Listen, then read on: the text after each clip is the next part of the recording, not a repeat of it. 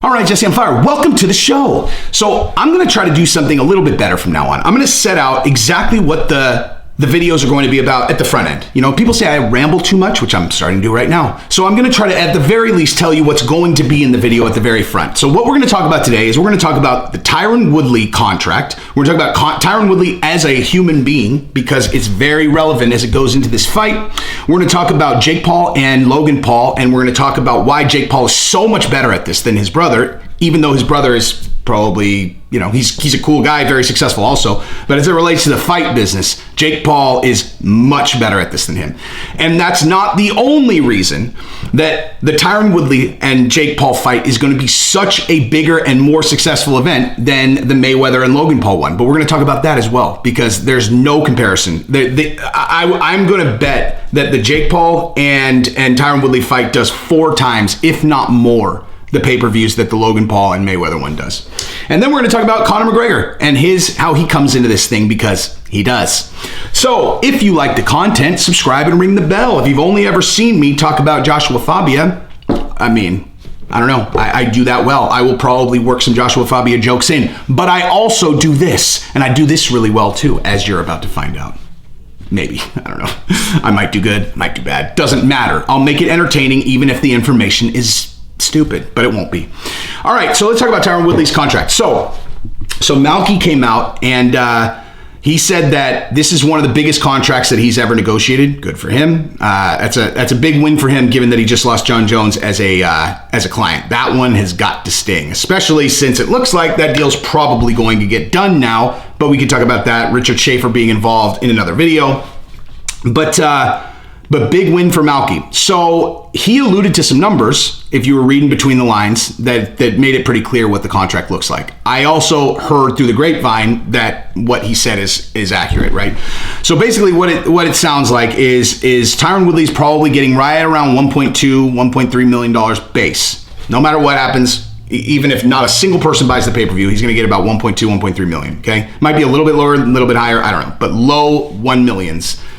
And then he's getting a piece of the back end, right? He's getting a piece of the pay-per-view, and ultimately he'll probably, if it does well, make $2.5 to $3 million.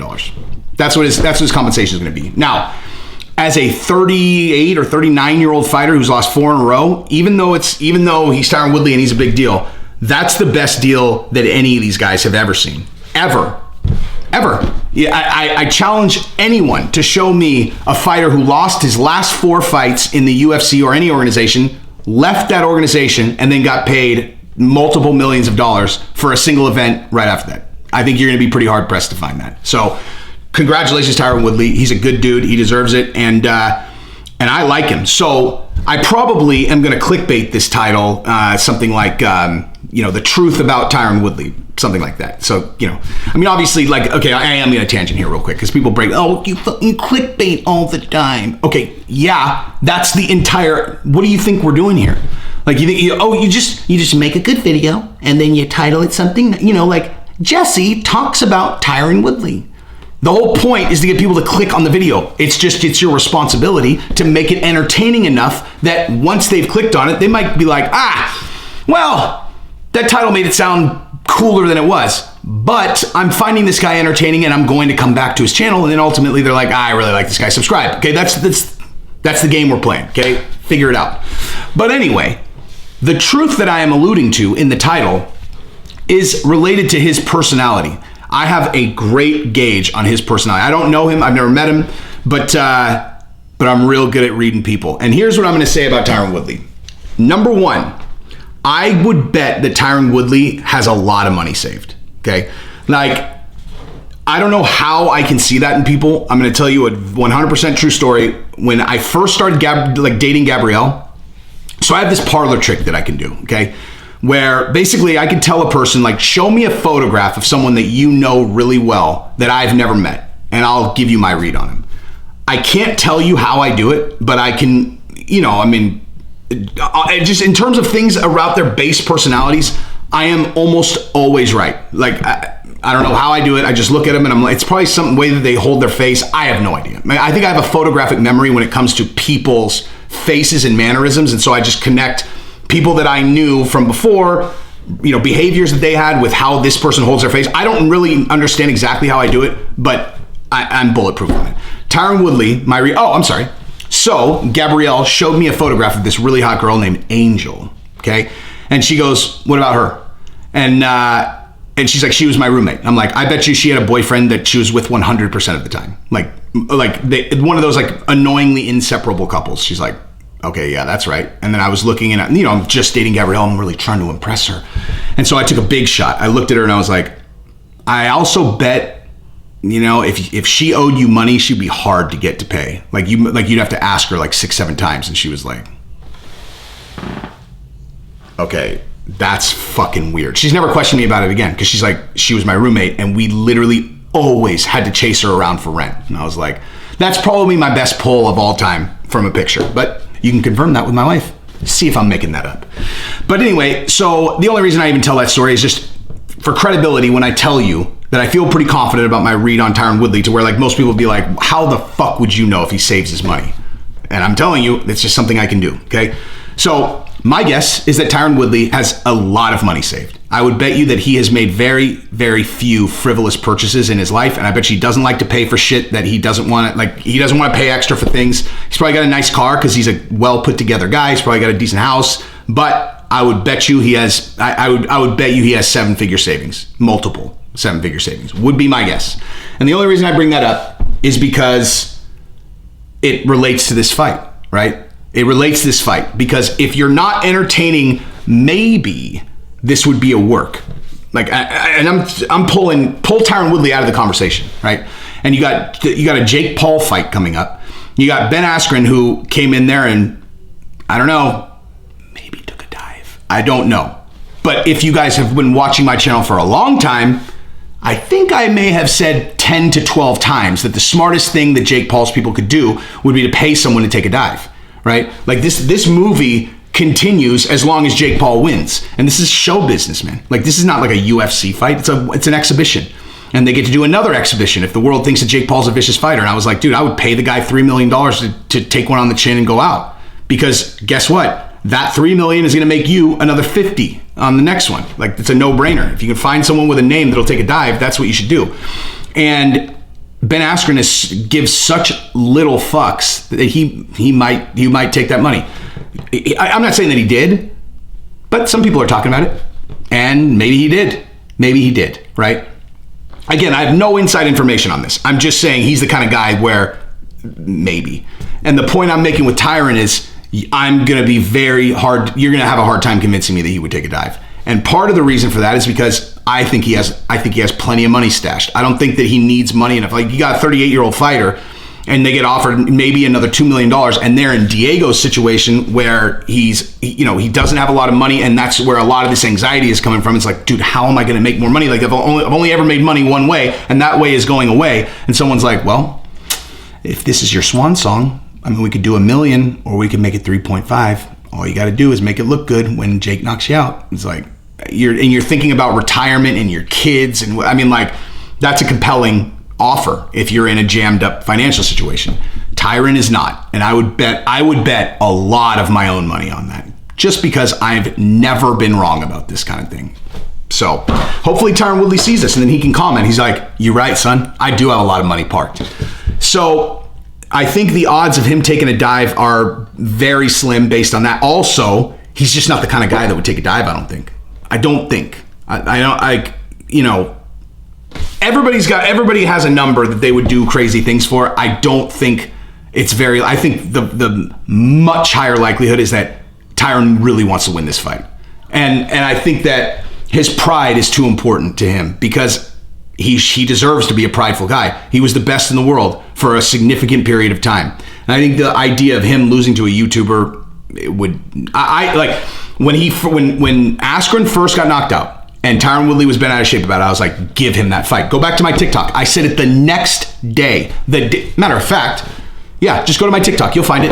The day after the Askren fight, I was like, give Woodley that fight because that's a dude, like, that's his boy. And he will train like he's going to go into that fight wanting blood. And I believe that that's what we're going to see. I think Tyron Woodley is the exact person, like the perfect guy for this fight. Now, as it relates to the actual fight, dude, Jake Paul, I mean, he knocked up Ben Askren. That's less important to me than the fact that he beat the shit out of Mike Perry in sparring. Okay, like that's established now. Like Mike Perry and Jake Paul sparred. Jake Paul won decisively. It sounds like Mike Perry is not Tyron Woodley, but he's not that far off. Like he's not in a completely different dimension from Tyron Woodley. So if anybody thinks that Tyron Woodley's just going to run through Jake Paul just because he's trying hard, you're out of your fucking mind. Jake Paul has done nothing but train. Like boxing, gotta understand, man. And this is something I do know about because I took this. Boxing is not that complicated, okay? Like, and if you're objective about it and you're like, all right, well, I want to get good at one thing, in a short period of time, you're not going to choose fucking jiu-jitsu. You're going to choose boxing, okay? Like, if you're just training, like, this is the thing. Jake Paul, right, could train in jiu-jitsu all day long for 3 years, okay? How do you think he's going to do against mixed martial artists who are known for being strikers, but who have decent jiu-jitsu? How do you think he's going to do against them? He's going to get fucking worked, okay? He's going to get worked. But in the flip side, you take a grappler who has like half decent striking. You can get better than that guy at striking really, really quick if you focus on it. It's a simpler sport. It's a simpler thing, especially if you have good body mechanics. You're an athlete. You're used to throwing baseballs, moving your body. Like, these are movements. I mean, it's mechanical. It's not that hard. It's just about training these muscle memory movements in, and then paying attention to movement, getting footwork, make the way that you move around this little area automatic. Like to where, like if you're like, oh, I need to go pick this up off the table over there. Do you think like, ooh, I need to walk in a straight line? Or you just do it. You go and you fucking grab the glass off of the table because it's all muscle memory. It's automatic. You turn your body to where when you're boxing, it's exactly the same thing. Where when you want to go over there, you step into the ring and now you move in this different way. Oh, I want to get to there. This is how I get there. And you shuffle step. Like you train your body to move in a way that is mechanical to boxing. And then it's about focus, reaction time, and being able to process information of your opponent, right? That's way simpler than building a jiu-jitsu algorithm, And so Jake Paul, he can be dangerous, dude. Like he could absolutely win this fight. He's also much younger. He's got bigger reach. He could win. But Tyron's not going to just let that go. All right. Anyway, so beyond that though, this Logan Paul and Mayweather fight is happening on Sunday. And I think that this Jake Paul and Tyron Woodley fight is going to do 4 or 5 times the number of pay-per-views that the Mayweather and Logan Paul one is. And I'll tell you exactly why. It's because this story makes no sense. The story makes no sense. Like, what does Chael always say? There's got to be a good story. The story makes no sense. Why the fuck is Logan Paul fighting Floyd Mayweather? He's 60 pounds bigger than him, and he has no boxing wins. He has no combat sports wins. He has no professional fight wins at all. And anybody who actually knows anything about fighting knows you think 60 pounds is going to help you against a world-class boxer. It's not going to help you at all, dude. I mean, it's just not going to help. Anybody who's ever spent any time in the ring sparring knows that, right? So the people who have any experience, remember back to the time when you were early on boxing, right? You were early and you were just kind of learning how it goes. And then they would put you in against a guy who was a tiny little fucker, but who was like well-trained. You feel like you're fighting against a ghost. There's fucking nothing you can do. They're so fast. Like they're so much faster than you. And they move in and out and you feel like, it doesn't take a long time before you start feeling like a fucking imbecile. You know how shit it feels when you throw a punch and you miss by a mile? You know what I mean? Like that's actually one of the things that will train you to be more precise with your striking, is just how stupid you feel when you throw a punch and you miss by a mile, okay? Now, if you're crisp, how much can you miss by? If you're here and if you're throwing from here, then, and your hooks are here, you can't miss by this big looping, like it honestly, the shame that you feel when you throw a punch and the guy's not there and your whole body's still going over here and you miss, even the fact that, and then you get punched also. But it's just such a shit feeling. Like, that helps train you to keep your strikes tight because you feel like an idiot when you throw this big strike and the guy's already over there. Okay, and that's exactly what it's like. I remember this very well. Guys that were really small, and it was kind of like, you know, I'd be sparring against other guys from like my office and beating the fuck out of them. And, you know, it's like the trainers could just see, they're like, oh, I think he thinks he's good. Look at this guy. Look at this guy. He thinks he's good. He thinks he's like actually good. He thinks he's like actually good because he beat the fuck out of these clowns from his office. It's like, oh, well. Hey, here, run it with Ricardo. You know, just run it with him. You know, I know this guy's like a fucking professional. And I'm like, okay, guys, like, I don't actually think I'm good. But then you get to find out with him going 70%, he is invisible. Unhittable. Fucking unhittable. It's unhittable. Okay? Now, I got a lot better after that, but I still fucking would not have any chance against that fucking guy. Okay, so like, this is that. This is exactly what it is. This is what that is. You got this big, you know, athletic, big fucker. But like, I don't care if Floyd Mayweather's fucking 50. Like, there is nothing compelling about this fucking fight, man. Nothing. There's no, I mean, if Logan Paul does beat Mayweather, that doesn't say anything about Logan Paul other than, you know, good job. All it says is that Mayweather is completely fucking done. Like, over the hill, done, right? Done. At least with Conor, he's a combat sports champion, and you could sell the thing that's like, Conor could catch him, dude. Conor could catch him. Now, in hindsight, after actually watching the fight and then realizing that Conor has these big, ropey, looping punches that, like, you know, he's got that thing where he puts his fist as the chain, that ball at the end of a chain, and he whips it at people, and that does not translate well to box, to like actual just boxing. It just doesn't translate well. There's not, you don't land punches like that in boxing. And I think and Conor said that's why he developed his inside game so much since then. Now, we didn't, you know, we saw it a little bit against Dustin, but anyway, it's neither here nor there. The point I'm making is, at least you could sell a story that maybe Conor was going to knock out Mayweather. Maybe, right? I mean, also, why is it on Sunday? Why is it on Sunday? And also, like, look at Jake Paul's ability to promote a fight, okay? You can say whatever you want about this guy. He's a troll. He's an asshole. He's an idiot. Whatever. He's a fucking genius when it comes to promoting fights. He just is, dude. He just is. Okay, and I'm not gonna sugarcoat this.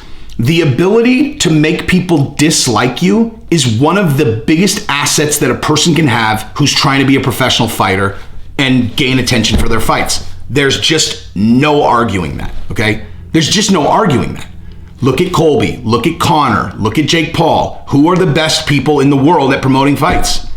Guys that can play the part that make people want to see them get their ass kicked. Because half the world's going to like them and half the world's going to hate them, but everybody's going to talk about them, okay? Period. And I'll be honest, when I started this channel, I thought about that. I thought a lot about that, actually. I thought about the psychology of fight fans. And I was like, okay, so this is what makes people successful, right? People who talk a lot of shit, man. Like, talk a lot of shit to where lots of people are going to not like them, right? Like, lots of people are going to not like them. That's a good thing in this game. So I literally approached the channel just like that. It's like, I'm just going to make outlandish claims, you know? Like, I'll just say, like, I'm the best to ever do this. Like, I mean, maybe. Now, after doing this for a fucking year, I might actually be the best to ever do this, son. But, like, it's all intentional. I'm playing the same fucking game as these guys, right? Look at what successful is and then do that. That is literally that was like that. Like, if you go back to my earliest videos, I mean, not earliest, but like when I actually started doing Jesse on Fire a year ago, like, I was talking shit from the jump, and that was a calculated thing because I recognize how effective it is. Jake Paul is a fucking genius at this shit. Now, I would consider myself in a different category from Jake Paul, obviously, because I'm not throwing toilet paper at people and shit. You know, I'm more of like a whatever. Actually, what I am is irrelevant. But Jake Paul can sell a fight. And Tyron Woodley, that's a story. Ben Askren's best friend. They're going to fight, man. Like, they're going to fight, and either guy could win. That's why it's such a better fight. Now, if Floyd or Logan would have, I don't even know what the hell he could have done to sell this Mayweather fight better, but I don't know. Logan Paul, for sure, I would be good friends with Logan Paul. I watch this, like, you know, I watch his podcast. It's like, oh yeah, me and this guy would get along really well. Like, like I would like to spend time with him. You know, Jake Paul is like, yeah, I would like him in small doses, I think. But he's also way younger than me. So, yeah, that's that. Now, the only other thing I want to talk about was this Conor McGregor thing where Weatherby, what's his name? Fucking Mayweather's manager. Is it Weatherby? Where is it? I don't know. Oh, Ellerby. Jesus. So Ellerby brought up that maybe they would do another Conor fight. And I am going to make a hypothesis about why that is. Okay? So Floyd Mayweather's made a lot of money, right? Guy spends a lot of money as well, right? Now, I know people talk about his investments and maybe he has all the money in the world, right? It's possible. My guess is he is someone who needs to continue to make money. And I'm guessing that they are realizing this Logan Paul thing is not going to generate the kind of money that they were expecting. I think that there are all kinds of metrics that people can measure to know what the likelihood, they're just direct online traffic and things like that, metrics that you can track to how well a pay-per-view is going to do. It's really funny with the UFC, they track these metrics off of the video game, and that's how they predict how well it's going to do. But with this one, I'm going to be pretty confident saying that this is tracking less than they would like. And so they're like, well, what if we got another Conor McGregor one? Now, if Conor loses to Dustin, who the fuck knows? I mean, who knows? If he beats Dustin, there's no chance he's fighting Mayweather. Not now, right? Because I don't think the UFC will let him. But anyway, that's what I got. So if you don't like the style, what the hell are you still watching for? I mean, jeez. Anyway, yeah, in real life, I don't talk shit like this, really. I mean, for the most part.